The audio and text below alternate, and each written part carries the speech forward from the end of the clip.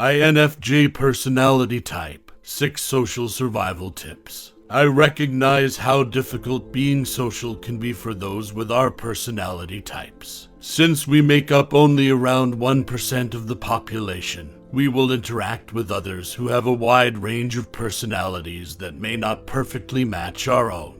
It's not surprising that you can become exhausted rather soon, and if that's how you always feel at the conclusion of a social gathering, you might be reluctant to go out. But things can improve. We may not be social creatures that thrive on interaction with others, yet we still possess many positive qualities that we may put to good use. Being quiet, thoughtful, and sensitive don't necessarily have to be weaknesses when it comes to interacting with others. 1. Select a group based on your interests. Social gatherings are not all made equal. An INFJ can fit in practically any setting, but they will only feel understood in a select few.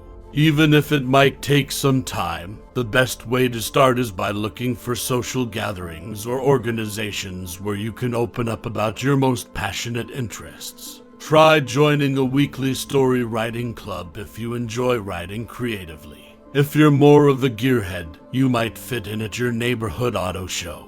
The internet has made it simpler for INFJs and introverts in general to connect with one another thanks to websites like Meetup. Check to see if there is a local introvert or INFJ meetup. A room full of introverts may surprise you with how talkative they can be. 2. Create an early success image. INFJs are prone to have strong intuition, which makes us easily distracted. And when we're under pressure, it's all too easy to visualize how things may go wrong. For example, you might picture yourself being evaluated before you've even arrived at an upcoming date or job interview after you've made a mistake. However, INFJs are capable of more than that. We may present a more assured version of ourselves by using the same almost psychic capacity to predict the future. It can be as easy as imagining a happy version of yourself, one in which you are graciously smiling and participating in all conversations. With enough repetition, you might begin to feel truly confident. 3. Control your compassion. Your blessing and your curse. You like folks a lot. When someone is unhappy, you feel it as though it were your own poor mood. Therefore, you want to make them happy since it makes you happy. The INFJ personality type must deal with this every day. Fortunately, having empathy doesn't need you to always be a hermit. While conversing with a new person, picturing yourself as a self-assured and secure individual might help you block out some of the worst feelings you could have. While conversing, you can use your empathy to pick up on other people's cues and incorporate their insights into the discourse. Alternately, you can start a conversation when you realize someone is depressed or sad to help them feel better by talking about things they'll like. 4. Avoid letting your high expectations prevent you from enjoying yourself. True, the INFJ personality type has a strong tendency toward perfection. We have high standards for both ourselves and those around us. But occasionally, when we let our guard down and just go with the flow at a party or when hanging out with friends, we have the greatest fun. 5. Don't beat yourself up if your thoughts stray during a talk. Any introvert might find this to be a tremendous challenge. Even when we aren't prepared to speak, our thoughts rarely stop working.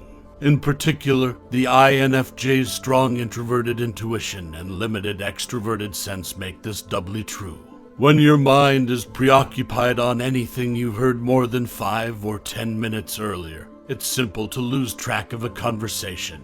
In a small group, though, it's acceptable if you don't want to immediately add to the conversation.